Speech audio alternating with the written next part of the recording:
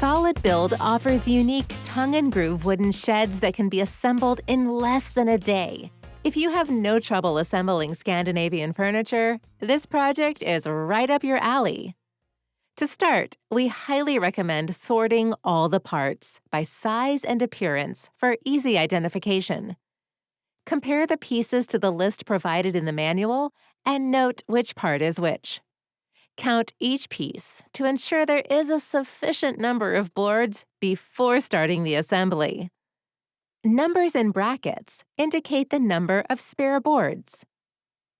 Tools you will need for assembly: a level, mallet, tape measure, screwdriver, hammer, drill, handsaw, and a ladder. Please note, all sheds should be assembled on a level and firm foundation. Set up the floor joists. Space them out as indicated on the floor joist diagram in your assembly manual. Make sure the starter rectangle is at right angles by measuring the diagonal distance. The measurements should be equal. Push the corners until you get even measurements.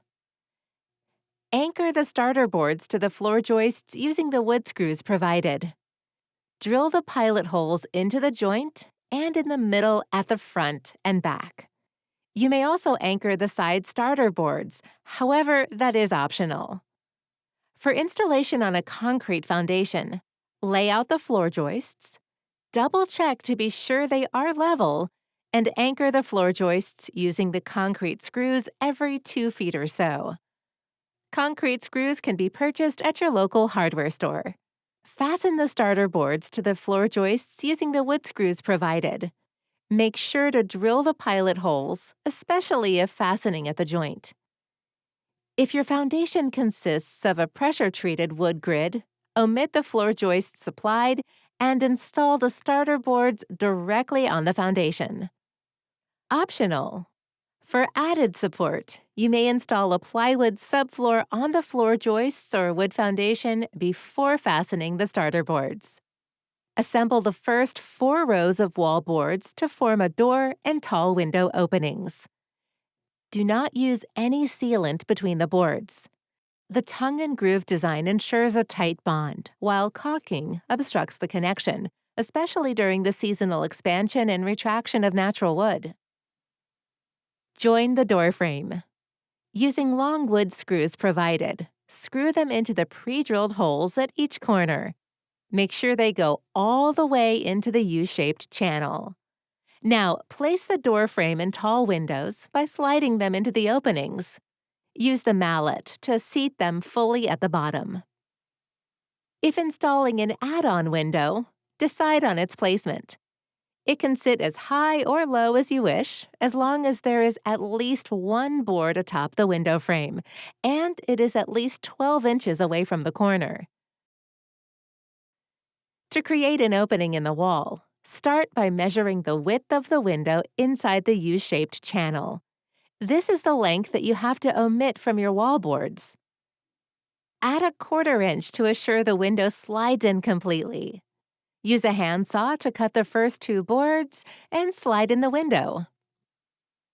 Continue mounting wall boards, including the incrementally longer boards that form the overhang.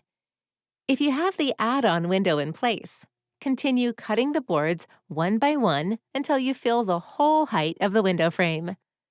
Top it off with the full-length board. Notice that the top wall boards do not have the tongue and are tapered to replicate the angle of the gable. If you're in a rush to stain or paint your shed as soon as possible, or some boards are not fully seated, you can help them settle by using ratchet straps to pull the wall boards together. Place the gables and mount the roof beams. The ridge beam is triangle-shaped at the top. Fasten the roof beams to gables using wood screws. It is optional, but helpful in windy areas. Install the wind studs to the back of the paddles at each corner.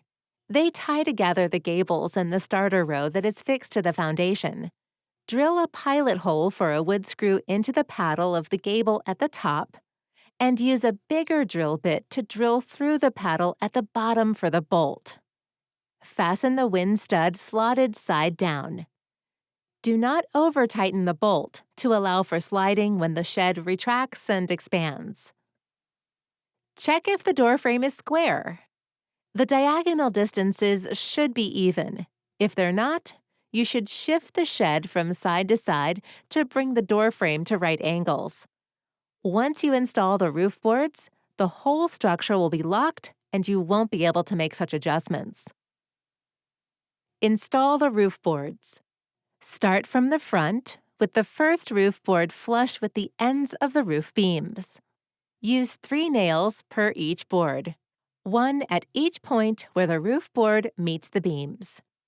Notice that one side of the board is beveled while the other side is square. You can install it either side down, but keep it uniform throughout. Follow the ridge line to keep the straight line. Once done with one side, continue to the next. The last roof board may need to be trimmed. Mark where it is flush with the roof beam ends and cut away the rest. Nail it down. Hang the door panels. You may align them by adjusting the hinges using a hex wrench. Install the side fascia. Position tapered roof end boards and use the side fascia to help align the roof end boards. Both should be even with the roof boards. Screw the roof end boards to the roof boards. Then screw the side fascia boards to the roof end boards. There are 2 options for front and back fascia installation. Option 1. Install the front and back fascia after you've installed the roofing materials. It should be flush with the top of your roofing. Fasten the decorative diamonds at the front and back.